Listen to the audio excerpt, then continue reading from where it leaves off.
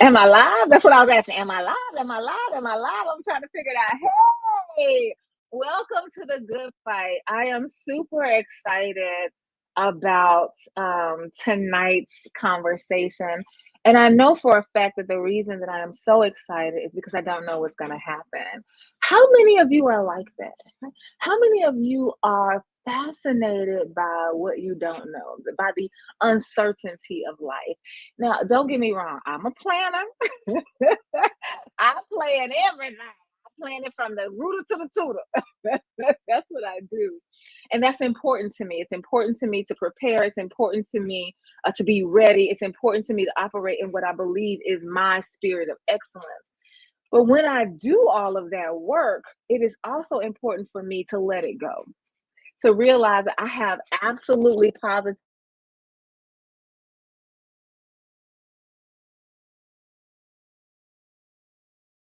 Okay, so I just realized I've been talking all this time for almost a minute and you could not hear me because I was on mute. Let me start over. Sawubona. I greet you tonight in the spirit of oneness. The spirit of oneness that binds us together based solely on our humanity. The spirit of oneness that says no other identifier that the world gives me matters. It does not matter my race. It does not matter my gender. It does not matter my sexual orientation. It does not matter my gender identity. It does not matter my socioeconomic status. It does not matter my educational level. It does not matter my religious affiliation. It does not matter my political association. None of that matters. The only thing that matters is that I am human, and so are you. How do we now interact together, human to human? How do we examine ourselves so that everything that we do, how we vote, where we shop, who we invite to our homes, who we are in relationship with, the memberships that we hold, everything that I do must be guided by the fact that I am human and you are too. And I want to honor both of our humanities at the same time in front of all people and in all places. That's what the spirit of Sawubona asks us to do. And it's so easy to say. I was so happy this morning on the radio show when I was talking to our special guest, Ryan, the Reverend, Ryan D. Davis.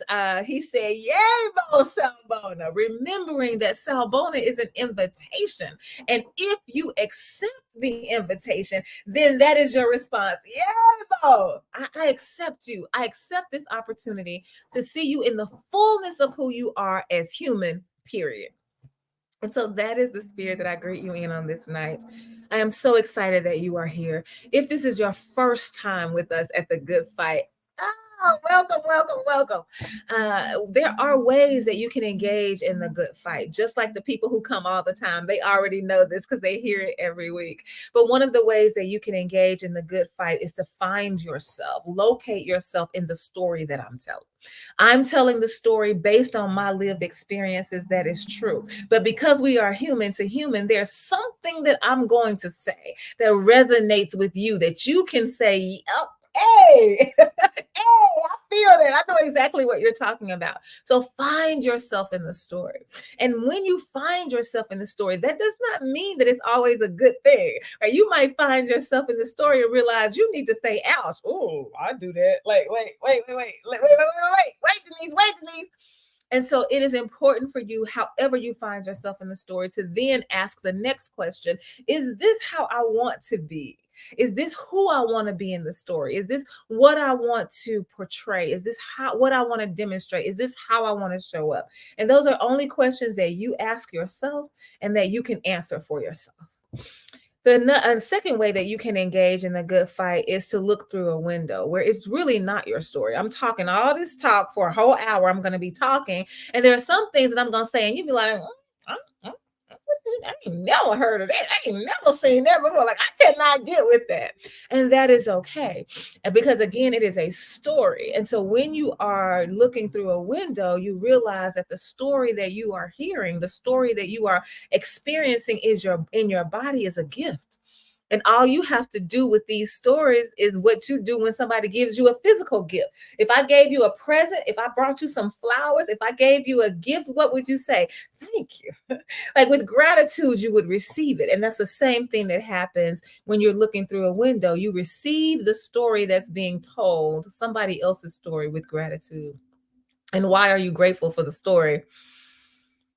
You're grateful for the story because the story has the power to transform you. And that's what we all need, transformation. A third way that you can engage with a good fight is to walk through a door. And so walking through the door simply means that what happens, what you hear in this space lives beyond this hour. That you are still thinking about it tomorrow. You are still thinking about it next week. Even 2 months from now, something will happen and it'll bring up something that was shared in this space. And so you are continuing to think, you are continuing to explore, you are continuing to discover, you are continuing to research and to learn and to be educated and to inform, or to educate and inform, right? So that is what the third step is. And then finally, you can comment right here. You can comment live, or you can comment, you can DM me, you can comment on my Facebook page. You can also send me a text at 228-236-7440. That's 228-236-7440. So those are all of the ways that you can engage with the good fight, those of you who are showing up for the first time. Now, for the veterans in the space, I'm so glad that you are here. As a matter of fact, I'm here because of you. Yeah, I was about to give this up. Miss Narita was like, can you reconsider, please? But it's helpful, but it's helping me. Don't get me wrong now. It's helping me for sure. And the reason that it's helping me is because I am on this journey this year. I've done away with what the good fight has been about for the past few years. I was trying to think, how long have I been doing this? I can't remember. I'm going to have to do that research and find out when I first started. But it's been more than 2 years. It might even be 3 years. But I'm not doing that anymore. So at first, this was a conversation at the intersection of social justice and faith. Like, how does your faith show up when you are looking through the lens from the perspective of being a social justice activist or advocate? And so I was taking the Bible and I was like, hey, let's rethink this. Like let's see another way. Let's look at this in a different way. How can we reinterpret this so that it actually serves us and it's actually relevant to who we are and the realities of the people that we interact with on a daily basis? I'm not doing it anymore. I thought it was good work. I actually do believe it was good work. But now I'm on something new. So now I'm in search, in pursuit of the pure and raw Jesus. This is born out of a conversation that I had with Phyllis Brown about what would it look like to have a Jesus that is devoid from, that is extracted from, that is excavated from the trappings, the indoctrination of Christianity. And so what does that look like? And so that's what I'm on now, this pursuit of this pure and raw Jesus. And I got those words from Rick. Rick showed up in the space and was like, yeah, the pure and raw Jesus. I was like, okay. Have you ever felt like that? Like somebody says something and your soul reaches out and grabs and it says, I'll take that. And so that's what I did when he said those words. He wrote them in a comment. And so I am in pursuit of that pure, raw Jesus that is free from the indoctrination, free from the trappings of all of what we have been taught, free from the trappings of the Bible, of church, of worship, of praise, of prayer, of tithing. Like all of that is out of the window on this particular journey. Now, is it out of the window for how you want to practice your faith? Absolutely not. I am not here to tell you how to practice your faith. That is not even my conversation. Whatever you want to do, whatever your heart says to do, whatever your soul says to do, that's fine. I'm having a different conversation from that. What would it look like if Jesus was no longer trapped? And that's what the conversation is about now. And so on the first week, we talked about me again, because I want to source everything in me, because I don't want anybody to feel like I'm trying to talk for you. I'm not trying to lead you. I'm not trying to guide you. I'm not trying to force you. I'm not trying to push you. I'm not even trying to nudge you. What I am trying to do is offer things up for your consideration, and you have absolutely 100% choice to say, yes, I'll consider that, or no, I won't consider it. And then even if you choose to consider it, you still got a choice. I'm going to consider it, and I have a choice to reject it or accept it, or to say, let me do some more work before I make a decision about whether or not to accept it or reject it. So you have so much power in this space, and that is important to me. Body autonomy is important to me. And so the first the first week was about whether or not Jesus is God. And I landed on Jesus does not have to be God for me. If I'm going to search for the pure and the raw Jesus, then I have to reconcile the fact that Jesus himself did not believe he was God. I have to reconcile the fact that the people that were around him, the people that were his disciples, the people that were in his inner circle, Peter, James, and John, the women who were funding his ministry, the women who were feeding his flock, those people did not see him like that's not who he was. And so if I think about that and I say, oh, okay, I do not need Jesus to be my God. That's not what I need. What I need is for us to stand side by side as leaders in the movement. And the movement that Jesus was leading is the same movement that we are leading. Is for collective liberation. It is the movement that says we will not allow the state to control our bodies. We will not allow the state to determine our destiny. We will not allow the state to use and abuse us based on based on labels, because I am a woman in the Bible, because I am I'm same gender loving in the Bible. Those things, Jesus says, no. There is nothing that can separate us from being who we were created to be. And the state has no say in who I am. No say at all. So in this movement, in this campaign, in this struggle, in this fight, I love Phyllis Brown. I said I was going to add it to the flyer, and I just forgot today. But she said, if you see a good fight, get in it. And this is a good fight, fighting for justice, fighting for equity. That is a good fight. And so that's where I landed. I need Jesus to be my compatriot. We living in the same world, dealing with the same stuff. We are together. I need Jesus to be my accomplice. I need Jesus to be my fellow revolutionary. I need Jesus to be my guide, my mentor, my ally. I need Jesus to be my ride or die. Like, that's who I need Jesus to be. I don't need Jesus to be God.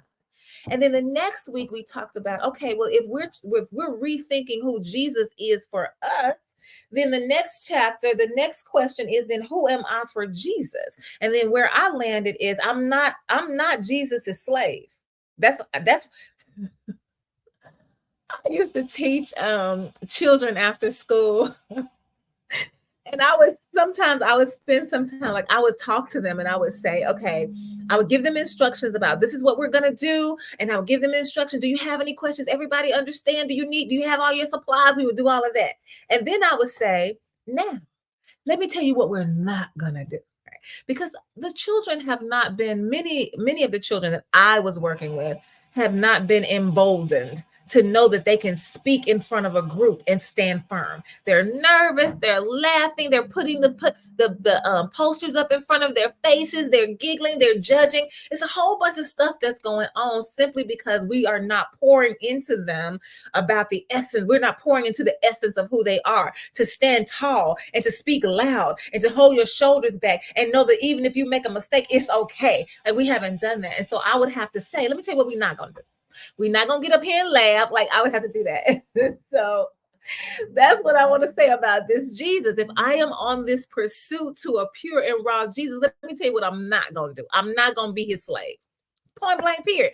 I ain't got to have no conversation about it. I don't need no scripture about it. I don't need no worship experience about it. I'm not no slave. Nor am I a sinner. I'm not a sinner. I was not born wrong.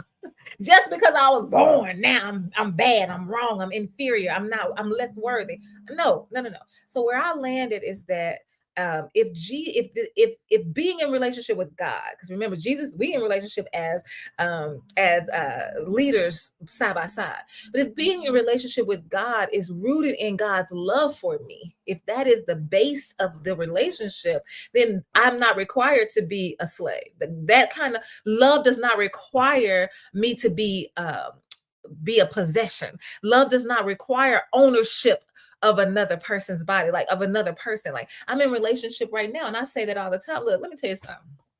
You is free, black man. Whatever you want to do, you can do it. I'm not looking for you. I'm not going through your phone. I'm not trying to figure it out. I'm not asking no questions. I'm not looking for you. I'm not switching cars to try to find. I'm not doing any of that. The only thing I ask of you is that we communicate. That's all. Whatever you want to do, that's fine. Just let me know. I'm not gonna argue with you. Just let me know and we'll figure it out like that. And so if I'm in this love, if that's how I am in the human realm, then of course on the spiritual realm, I am not gonna allow myself to become somebody's possession. I don't operate like that. And so that's what we talked about in the second week. We talked about the fact that where I landed, again, this is my journey that I'm asking you to help me with. That I'm not no sinner, and I certainly am not no slave. And so today the question becomes, if Jesus is not my God, but my partner, and if I'm not possessed by Jesus, like I'm not his possession, he does not own me, and that's not the nature of our relationship, then the question now that begs to be asked is, where's the power? Because in the way that I was thinking about God, and the way that I would have been indoctrinated to think about God through Jesus, sustained by the Holy Spirit, is that all of the power belongs to God, who I equate with Jesus. And so, in this pursuit of the raw and pure Jesus, one of the things that also has to happen is this deconstruction of God as three in one. Because if I say God is three in one, then I'm going to put Jesus on the same level with God. But I just said that Jesus is not my God, which means that I don't believe in the Trinity. Neither did Jesus. Ain't but one God. Ain't but one. So Jesus is not God. So then all of this power that we have given to Jesus to be in control of my life, to be the one who sanctifies me, to be the one who saves me, to be the one who rescues me, and to deliver, the one who delivers me, the one who blesses me, the one who gives me a job, the one who gives me a car, the one who gives me a house. If I say that I'm on the pursuit of the real and raw Jesus, devoid from all of these trappings, then Jesus does not do all of that for me. That is not his role in my life. He does not have that power. So if Jesus does not have power over my life, then who has the power? And so that becomes the question for tonight. And the way that I wanted to approach the question is to ask about free will. Because when I think about Christianity in the way I was indoctrinated to believe it, it says we have free will, but really, is it true that we have free will? Because one of the things that I was taught is that if I wanted to go to heaven, if my goal was to be caught up in the rapture, to be caught up in the rapture would mean that even if I had died a physical death, there is the second coming of Christ that I am awaiting. And as I'm waiting for Christ to come again, if I die in my body and I don't see it happen while I'm alive, that's okay. Because when the second coming happens, those of us who are dead, we will rise again to meet Christ in the air. So my body will be redeemed from the earth. But if I'm not dead when the second coming happens, wherever I am, I'm going to be caught up. If I'm sitting here at this desk, Jesus comes back, I'm going to be caught up. If I'm driving in the car, I'm going to be caught up. I just thought about something. If I'm driving in the car and I get caught up, ain't it dangerous? Like, what's gonna happen to the car? Is it just gonna, like, it could hit somebody? I just thought about that. Like, that doesn't even make any sense. But anyway, if I'm this is what I've been taught. If I'm driving in the car, I'm gonna get caught up. If I'm cooking, I'm gonna get caught up. If I'm standing beside my lover, I'm gonna get caught up. And he may or may not, she may or may not, but I'm gonna get caught up. Whoever is a believer is gonna get caught up. And so this power, this goal of getting to heaven then is guided by my choice to believe in Jesus Christ. So if I don't believe in Jesus Christ, that means that hell is automatically my home. So if I have free will for me means that I get to choose for myself what it is that I want to do with my life. If you tell me I have free will and I then choose not to be with Jesus, not to give him power over my life, then that means I'm going to hell. Well, what kind of choice is that? The only way I can have life is to make this choice. Anything other than this choice leads to damnation, leads to condemnation, leads to death. So is there really free will if I only have one choice? That ain't free will. If you only celebrate one choice. Here's Phyllis Brown. Phyllis Brown says, ironically, we say rest in peace when one dies rather than peace in life. Wait a minute. Ironically, we say rest in peace when one dies rather than peace in life.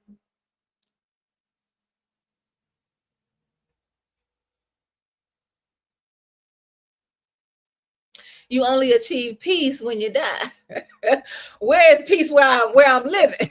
While I'm living, where that peace at? Which makes me think of the prayer that we call the Lord's Prayer. How does it go? I'm going to say it how I learned it. Our Father, I do not believe that God is male at all. I learned it this way. Our Father who art in heaven, hallowed be thy name. Thy kingdom come, thy will be done on earth as it is in heaven. And so this idea that I've got to make this choice to love Jesus in order to get to heaven, again, is called into question when you hear these words. I want whatever God's kingdom is in heaven, we should be realizing it here on earth. So there should be peace in my life here. I should not have to die to get peace. I should be able to live a life where there's no war, that I'm not always under trauma. Like, what? I should not have to wait until the sweet by and by. And and that's why we sing those songs, to give us a hope for a life we do not have. But the prayer that we pray says, no. I should be able to manifest heaven right here. Where is heaven? Phyllis Brown again asked. Phyllis Brown asked the question, what is heaven? Okay. Based on indoctrination, heaven is this place where we go once we die, where Jesus lives. I just prayed the Lord's Prayer, but there's also the Apostles' Creed. I believe in God the Father Almighty, maker of heaven and earth, and in Jesus Christ, his only Son, our Lord, who was conceived by the Virgin Mary, suffered under Pontius Pilate, was crucified, dead, and buried. On the third day, he rose again. He ascended into heaven and is seated at the right hand of God the Father Almighty. So heaven is that place where Jesus resides with God. Together, they are in this realm that is beyond us, that is unseen by us, that is invisible to us, but we believe is ever present in our lives. So heaven is this place that you get to go as a reward for your life here on earth. So if you are a believer in Jesus Christ, if you are holy, if you are righteous, if you do right, if you understand that you are a sinner saved by grace, if every day you try to live into the expectation that Jesus has for you, then you can die and know that this heaven is yours. This place where you can go, where it talks about there's a home for you, that Jesus has prepared a place for you in this big, just for you, Phyllis Brown, just for me, Denise Danielle, just for me, Triana Davis. There is this place that is set apart for me. That's what heaven is, according to the way that we have been indoctrination. And it is pit it is in direct opposition to, it's juxtaposed to hell. So either you go into this sweet by and by where every Sunday is going to be hot and hot. It's going to be pearly gates and streets paved with gold. It's a beautiful place. It's juxtaposed with this hell. And the best way that I heard somebody describe hell is that, imagine that a table has been that you're going out to dine at a 5-star restaurant. I mean, like, this is the greatest experience that you've ever, the greatest culinary experience that you've ever had. That here you are in front of this table and all of your favorites, whatever your favorites are. If you like chocolate, if you like broccoli, if you like crab, if you want lobster, if you like whatever your favorites are, they're right here in front of you, and yet your hands are tied and your mouth is covered, so you cannot enjoy them. And so that's what hell is like. You right there in front of what gives you the greatest joy and the greatest pleasure, and you cannot access it. And so that is what I understand heaven to be. So here's Triana. If you reject the love of Christ and he still loves you, is that free will? Not saying Christ is a he either. Okay. If you reject the love of Christ and he still loves you, is that free will? I think so. Yes, I think so. I think that's how I read John 3:16. For God so loved the first part of John 3:16. For God so loved the world that he gave his only begotten son, right? For the whole world. And so we say, whosoever believeth in him shall not perish but have everlasting life. So that's the part that's kind of questionable. But the next verse says, for I came into the world not to condemn the world, but that the world might be saved. So here I am to do a work in the world, regardless of your work, regardless of your action. I have come to make it so that the world will be what it was created to be. That's my work. And I've done that work. The world is well able to live into the fullness of God's vision for us as a creation.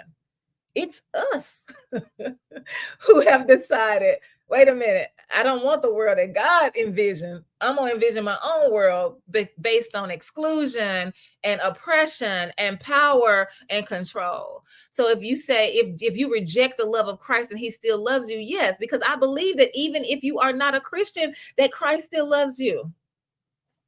I believe that if we're talking about Christ as God, remember, I'm divesting from that. But if that's what you believe, that God and Christ are one, then yes, you have a choice to say no.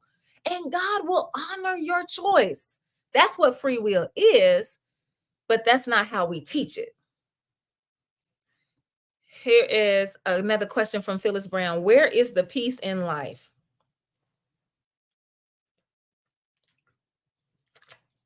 I feel like this is a loaded question,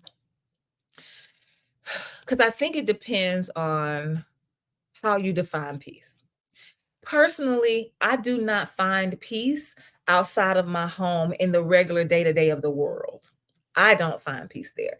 Here in my home is where I have cultivated peace. Here in my home is where I can breathe. Here in my home is where I feel like I am safe. That is what I feel, and that is what I believe in my home. There are other people's homes that I can go into, and I feel that same sense of peace that's cultivated in this particular space. But in terms of just in the world, like, where is peace? Where's peace in life, in the world? I'm still looking for it. If y'all done found it, please tell me where to go get it. Because it's hard for me to feel like there's peace in life when I'm driving down the street and I see people who are homeless, right? I see people who are mentally ill. I see people who are hungry. I see children who don't have parents. I see neighborhoods that are intentionally neglected. Right? Like, I don't know where to find peace in life when all of these things bombard me on a regular basis. And I might need to do some work around that, because your girl Lola, those of you who listen to KABF 88.3 FM on Tuesdays from 10 to 12, your girl Lola does a jazz show, and we talk offline sometimes. And we were talking about books. I was telling her about this book I was reading, or I'm reading Punished for Dreaming. This is the book I'm reading right now, Punished for Dreaming: How School Reform Harms Black Children and How We Heal, by Dr. Bettina Lilla. And so I was telling her about the book, and she said, "Do you ever read just for pleasure?" And I said, "I used to, but now I'm usually reading for information, for knowledge, for wisdom, for action. Like, I don't know how else to be right now. So I don't know where peace in life is." Okay, so then Phyllis Brown says, yes, what we are checking, what we must check is indoctrination. Phyllis Brown continues to say, one cannot be in heaven without dying, according to what we've been taught. But again, if the script, we pick and choose, right? That's what indoctrination is about. We pick and choose what we want people to believe, because the very same Bible says, I want God's will, God's heaven should be made manifest on earth. So I shouldn't have to die to get it, because we should be working for the manifestation of heaven right now. That's what the Bible says. That will be done on earth as it is in heaven. The same thing, the same place that we're hoping to go when we die. I shouldn't have to wait until I die to get there. I should be able to experience it now. So the transition is a seamless one. I go from one life right into the next, one life of heaven right into the next. But no, that's not what we are taught. So, hey, Ruby Welch, Ruby and Annette Carter Welch. What about the thief on the cross? What about the thief on the cross? So, okay, there are two, right? So one on one side, I can't remember left or right, but one on one side is like being a smart aleck, right? If you Jesus, why you can't save us? If you Jesus, why you can't save yourself, right? But then there's another thief on the cross who says, wait, I recognize who I'm in the presence of. And the only thing I ask is that I can be with you in paradise. Like, it is just grant me that. And Jesus says, yes, I grant it to you. Based on what you understand about me, I am granting you this paradise. And so I am all about it, right? Who do I see? Ryan Davis was on the show this morning, and one of the things he told a story about as he's canvassing, because he is a candidate for oh my goodness, I can't remember what district is, but it's Joy Springer's district. He's running against her. I think it's 70. Don't let me say what district it is. I think it's 70 something.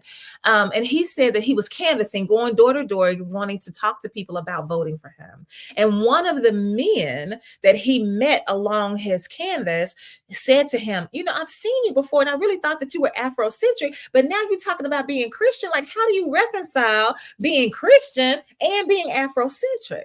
And so Ryan was taken aback, and he was like, I don't see the problem, because when you think about the African Jesus, who is a revolutionary, who came forth to create change and to transform a world, like when you think about that, like, why would I not align myself with this Black man, with this melanated man? And so I said to Ryan, oh my goodness, yeah, if that's how you see Jesus, then that you have a totally different understanding of faith, of your faith. But if you see Jesus in the way that I was indoctrinated, I don't want to talk for anybody else, I was indoctrinated, then Jesus is blonde-haired, blue-eyed, got some nice abs, and just kind of lovingly on this cross died for me. And so coming from that perspective, I could see how this man would say, how does that work? And so if I'm thinking about the thief, recognizing the presence of Jesus as one that's filled with power and one that can transform my life and take me to a place that I've never seen before, I can say yes to that, as I'm seeing Jesus still as a revolutionary, willing to transform this world. So it is a place where we can realize justice and equity and peace and inclusion for all, not just Black people, but for all. So the thief on the cross says, I need you to grant me access to you wherever you go.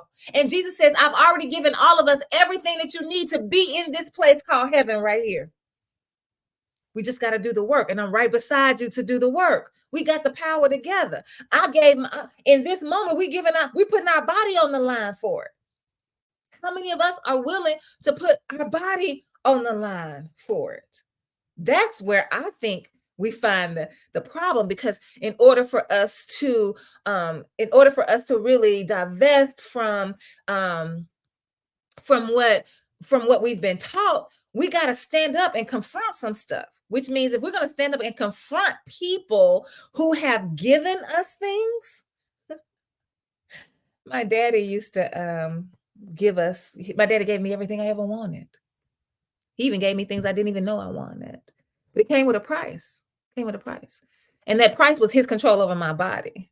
So the day that I decided that I was no longer going to be controlled by my father, you know, my brother said, who was also in the same predicament, my older brother, he said, if you want to be free, don't take another dime. Don't take another dime. So when your life is dependent on somebody else's generosity or perceived generosity, and you want to raise up, you got to be willing to lose that. And if you're not,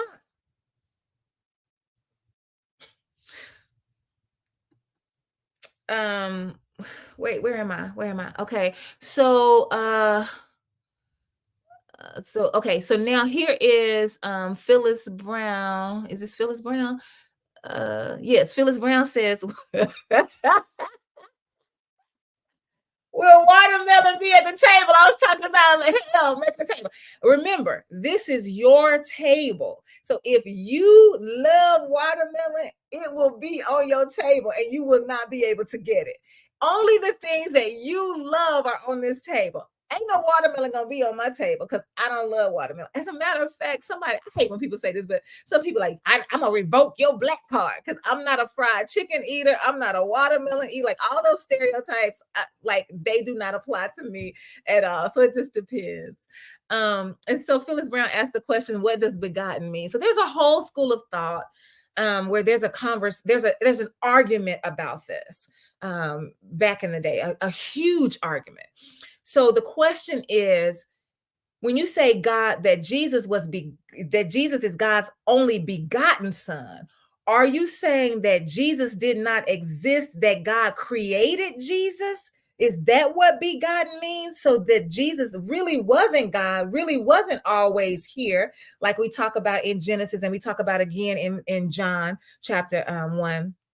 Then like God is now, if Jesus is now a created being, then how can he be God? Because we were created beings and we're not God. This is the teaching. So this is one idea. So other people say, no. Begotten means that he is the very essence of God. So God brought Jesus forth as a different manifestation of God.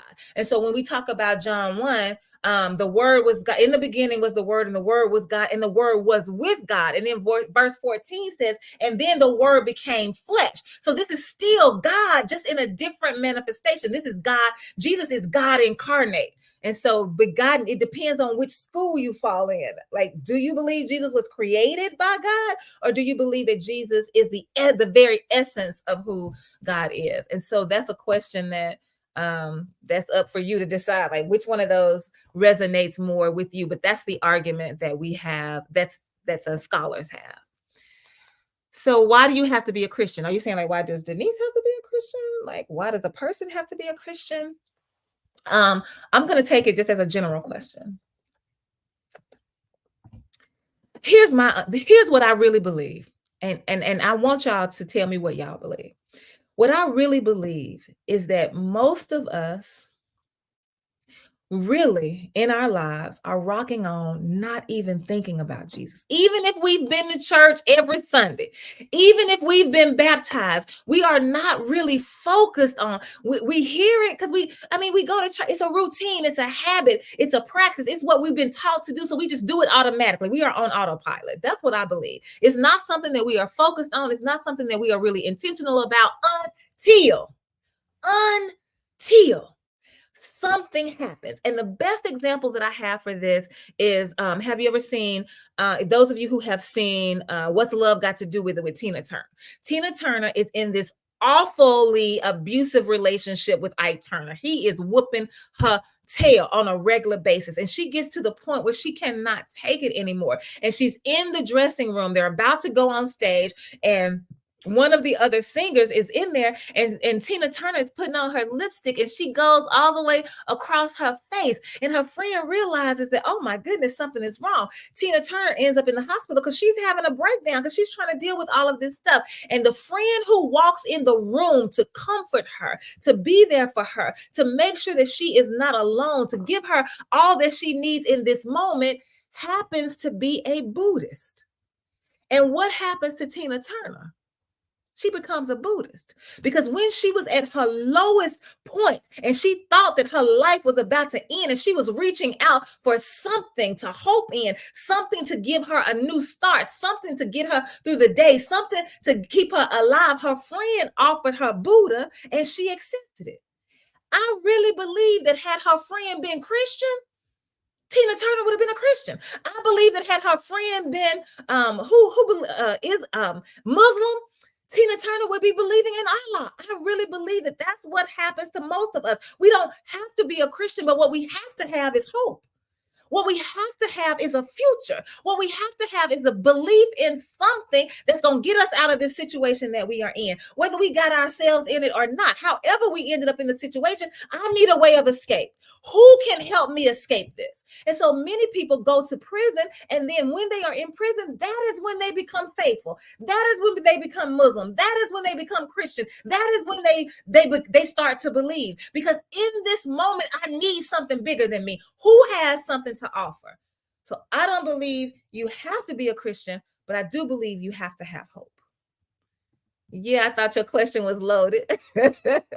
So Triana says, you think what I'm saying is subjective? Absolutely. It's my understanding based on my experiences, based on my teachings, based on my learnings.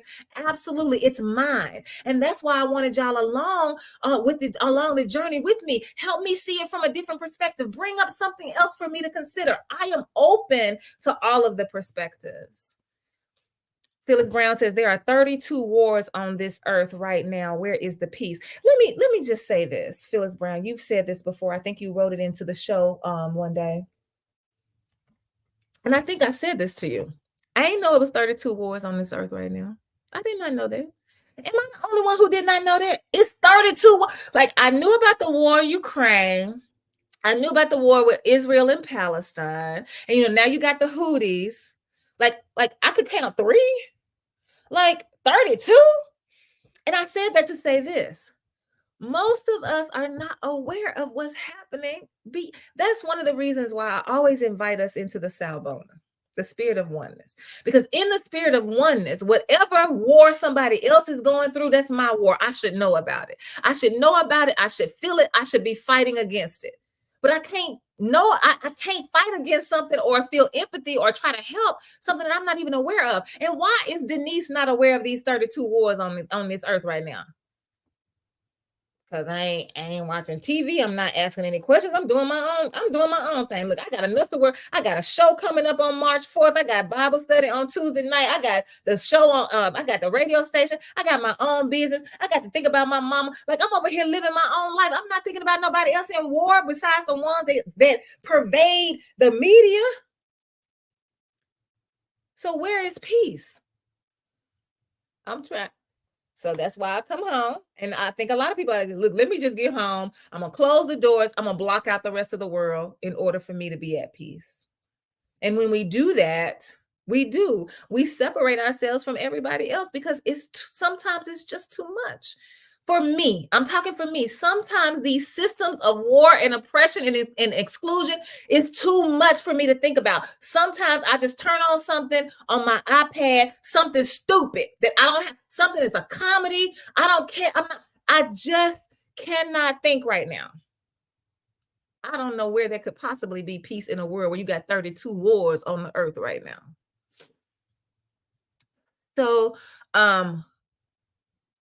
So Ruby Welch says to have brought forth. Oh, okay. So you're saying that Jesus was okay. So Jesus was not created. Jesus is God. So you're in that school of thought. Okay, that Jesus is God and he was just brought forth to us in the form of Jesus. So this is the expression of God as a human slash God. So Jesus is human and man. So this is an expression of the very divine. So Jesus was not created. Jesus absolutely positively is God. I feel you on that. I hear you. I hear you. So Phyllis Brown says, I understand Lola's question. Do you read for pleasure? I'm searching for a book to read for pleasure.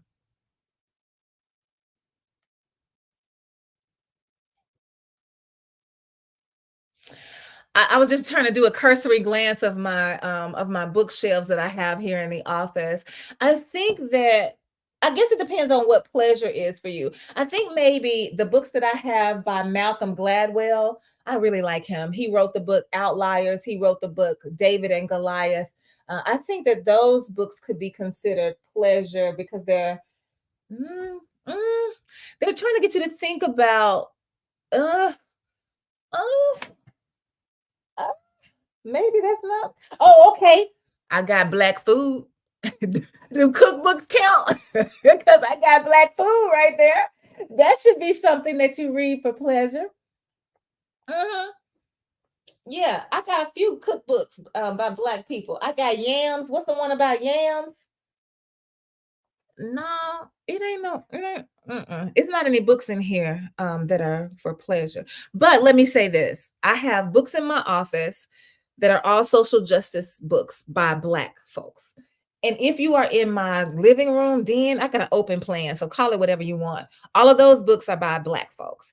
But in the guest room, there are books by white people and brown people. And so some of those books could be considered pleasure because it's like Charles Dickens and stuff. And yeah. So I have some books, but I ain't reading them. Peace is a state of mind as humans are selfish. Peace is a state of mind as humans are selfish. Where are we created selfish? Like, did God create us to be selfish? How did we get to be? What makes you call us selfish?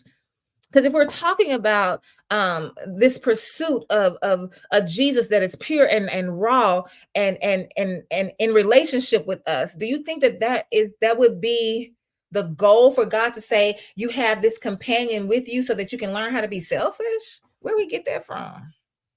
So peace is a state of mind. Huh. I need you to help me with mine, then. I'm at peace in here. I need you to help me figure out how to be at peace in the world. I need help with that. Yeah. So Ruby Welch is talking about, she asked the question, like, what about the thief on the cross? Today you shall be with me in paradise. Absolutely. So there is this place called paradise, and paradise, I think, is synonymous with heaven. That's how I'm reading this, that paradise is synonymous with heaven.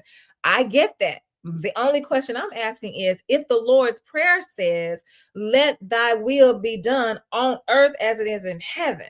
So the same thing that's happening in paradise, I feel like we should be experiencing that here on. Oh, but maybe you're saying that if you believe in God through Jesus Christ, sustained by the power of the Holy Spirit, that's your paradise. That's your heaven. So you have heaven on earth through your relationship with this divine Trinity. I see where you're going. I absolutely see where you're going with that. Okay, I got you. So then that is where heaven is. Heaven is found in your relationship with the God who created you to be who you are. I feel you. I hear you. I hear you. I hear you.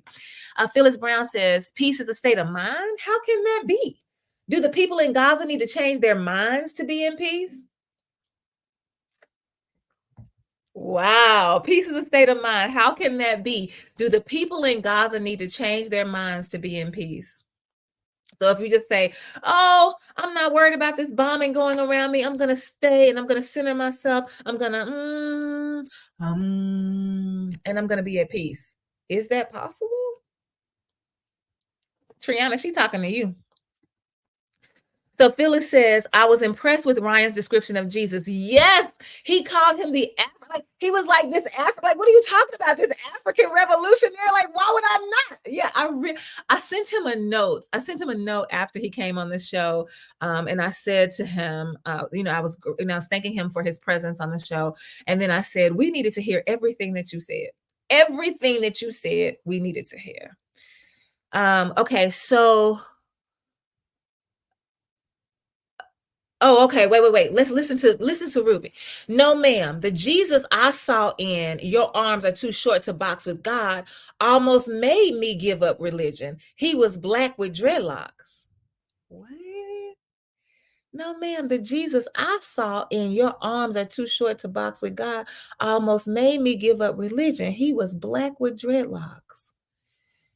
Wait, let me make sure I'm understanding what you're saying. So like your arms are too short to box with God. Like that's a phrase that I've heard. I've heard people say that your arms are too short to box with God, that God has a plan, that God is in control, that God's will for your life will prevail. And so you don't need to fight against that. You need to get into the flow of what God's will is for your life. And as long as you are in that flow, you can trust that everything is going to work out fine. You can quote that Psalm from David, that I once was young, but now I'm old. I've never seen the righteous forsaken nor his seed begging bread, because I am in on the flow. And so if that's what you mean by your arms too short to box with God. But when you say I saw it in there, like, is that a book? Is it a book that you read? I've never read that book. If so, I want to read that book. So it almost made you give up religion because he was black with dreadlocks. So are you saying that the blue-eyed, blonde-haired Jesus was more aligned with your understanding of who God is? Is that what you're saying? I want to make sure that I'm hearing you. I want to make sure that I'm hearing you clearly. Just want to make sure I'm hearing you clearly. And so I think I'm too slow. I think I'm too slow on these comments, because when Triana says, "How could it not be?" I got to go back up and say, "How could what not be? How could? Why do you have to? One cannot. How could? Oh, maybe you're saying, how could it not be peace in life? Is that how could it not be a heaven? Like, tell me what you're talking about. How could it not? How could what not be? I'm behind. I see that I'm behind. I'm sorry. Yes, people revoke my black card all the time when I start talking and I use what word did I use? One time I was dating this and this I used the word viscosity. And she said, "What? What is viscosity? Who walk around talking about viscosity?" So I got my black card revoked on that. Somebody was talking about you know how it is when when your lights go out and you ain't got the money, you got to do something. And I was like, no, I don't know. Got my black card revoked on that. So some people have this idea that blackness is a monolith, and because I am not experiencing the black life in the way that they are, then I'm not truly black. So my card gets revoked all the time, and I'm fine with that. Phyllis Brown says, none of the ideologies resonate with me about begotten. None of the ideologies resonate with me about begotten. One of the things I failed to do on the show let me tell y'all something. Let me just be transparent about my life. I tell you, I do a lot of preparation. I read a lot, I research a lot, I write a lot, I think a lot, I talk a lot. I'm trying to get myself together, especially for the show on Tuesdays. But when something happens in that studio that I'm not expecting, that throws everything off kilter, it throws me off my center. And it takes me a minute to get my center, because when I come in, you gotta keep going. You ain't got time. You gotta keep going. And so I didn't realize until after the show that I didn't even talk about the song. I talked about the people who wrote the song, but I didn't talk about the song. So the song is Angel by the Angel by the War and Treaty. It's a duo. It's a black couple. They're married, Michael Trotter Jr. and Blunt. Her name is Tanya Blunt, and they're country music singers. But it's a song where he says, "I want to lay down at your altar and confess all of my sins. I want to dive head first into your water and be baptized so I can be born again." He says that he wants to that they're reading each other like the Bible, memorizing every verse, especially the one that says that's really easy for me to always put you first, and said, I don't want to be in any kind of I don't want to be in a world where we are not together forever, is inescapable. And so the reason I chose the song is because all of these words that they are using are these words that we have been taught to attribute only to God. This God that we're talking about that's bigger than us, that's a supernatural, this God. So when you say lay down at the altar and you're going to work, that's like worshiping somebody. How dare you use these words to talk about your partner? Because these words don't even belong. You can't use these words with a person. You can't use these words with a human. They only belong to God. And I was talking to Tony, the co-host, afterwards, and he was like, I felt like the song was anti-Jesus. I was like, wait, like I really wasn't thinking about it like that. But he was like, yeah, because you're allowing these words, this song is, you're allowing these words that only belong to God to be given to a person. And that's just not what Christianity in particular is supposed to be about. And so we have these ideas that have been given to us about what begotten means, and we give them to people and say, this is what you should believe, this is what it is, and you can only think about it in these terms. Any other way to think about it becomes blasphemous. And what I'm suggesting is that idea that any other way to think about something other than what we have been indoctrinated to believe is the very definition of control. And what I want is to not be controlled. I want to have free will. If I want to be like Phyllis Brown and say, I don't believe that, I should be able to say, I don't believe that. I should not have somebody should not be able to come to me and say, if you don't believe it, you're going to hell. What? You should not be allowed to do that. And so that was the purpose of me choosing the song, was to say, hey, let's think beyond what, like, let's think bigger, let's think broader, let's be open to other ways of perceiving and believing and understanding and receiving. So here is Ruby Welch. I tell people, I don't care if you believe in a light bulb as long as it delivers you from your, you know what, Ruby Welch?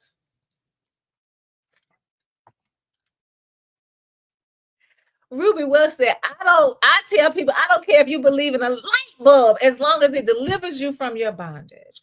And so that's what your faith should be about, regardless of how it shows up. That's what your faith should be about. And not all of this. It's got to be God the Father, God the Son, God the Holy Spirit. Don't wear a dress. Don't be gay. That's not what it's about. You know what, Ruby? I didn't think that. I thought that you were really like a staunch, like Jesus follower, like everybody needs to get in line with Jesus. Now, where I got that from, I don't know, but that's what I thought. So I'm like, wow, this is very liberating for me to hear you say that. So thank you for that. Okay. So she says, here's Ruby. She's answering my question, like the whole your arms too short to box with God. It was a play with Teddy Pendergrass. I lived in Oakland and stayed at the theater. Oh, you're an arts person. I love the arts. Hey, y'all, look what I got in the mail today. I got my membership card for the Arkansas Museum of Fine Arts. I'm super excited about it. Oh, I would love to see that play. I'm gonna look it up and see if I can find it. And so I think that this goes in line with what you just said, that for you, it's not about what Jesus looks like. And whatever people are saying he looks like, that's just not important to you. What's important to you is that I'm in relationship with a power that can keep me from bondage, that can keep me from self-harm, that can keep me from harming others. Like, I'm in relationship with a power that can transform my life and use me to transform others. I absolutely receive that. And then Phyllis Brown says, your arms are too short to box with God is a musical. I did not know that. All this time I've been hearing people say that. I didn't know it was a real thing. I thought it was something that people made up. You know how we make up all these cliches, like when your blessings come down, when the praises go up, the blessings come down. Like, you know, we came up with that. Or what's another one that we say?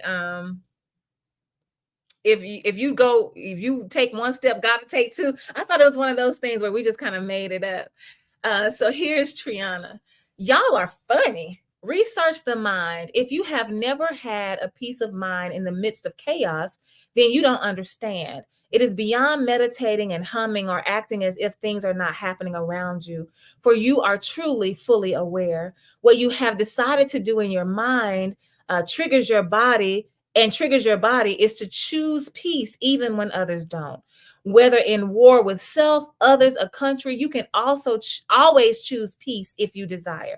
What that peace looks like is subjective. Could be dying, and then, am I missing the rest of it? Or did you stop? I think you stopped. Listen to this again. Y'all are funny. Research the mind. If you have never had a peace of mind in the midst of chaos, then you don't understand. It is beyond meditating and humming or acting as if things are not happening around you, for you are truly fully aware. What you have decided to do in your mind and triggers your body is to choose peace even when others don't. Whether in war with self, others, or a country, you can always choose peace if you desire. What that peace looks like is subjective. Could be dying and then it kind of you. I didn't get the rest of it. But this is what I want to say to you right at the end, because we're about to go. But this is what I want to say in response to that, Triana. I think that your position on peace is a privilege. Because I really don't believe that right now, if you were in this war in Gaza, where 14,000 children already have been killed, and 20, and you're trying to get to safety, and they bombing the place that they said was, I do not believe that you have the time to stop and say, let me choose peace. So I think that you're coming from a privileged position of being able to say, let's pause for a moment and think about what's happening in our bodies. I don't believe you can do that when you running to save your life. I don't. And I think that's why one of the principles in the Bible says, well, I gotta go. Don't let me get started on that. I don't think so. So one last thing, this came in right before we get ready to go. I can have a peace of mind while being cussed out and people think I'm strange. No, I'm peculiar. I can have a peace of mind while being cussed out and people think I'm strange. No, I'm peculiar. I get that. I absolutely get that. I absolutely get that. Thank you all so much. It's 8:01. I do not want to dishonor your time. Oh my goodness, this was great. I appreciate you so much for being on this journey with me. I'm super excited for how it unfolds every single week. I'll be right back here next Tuesday from 7 to 8, and I hope to see you here. Bye.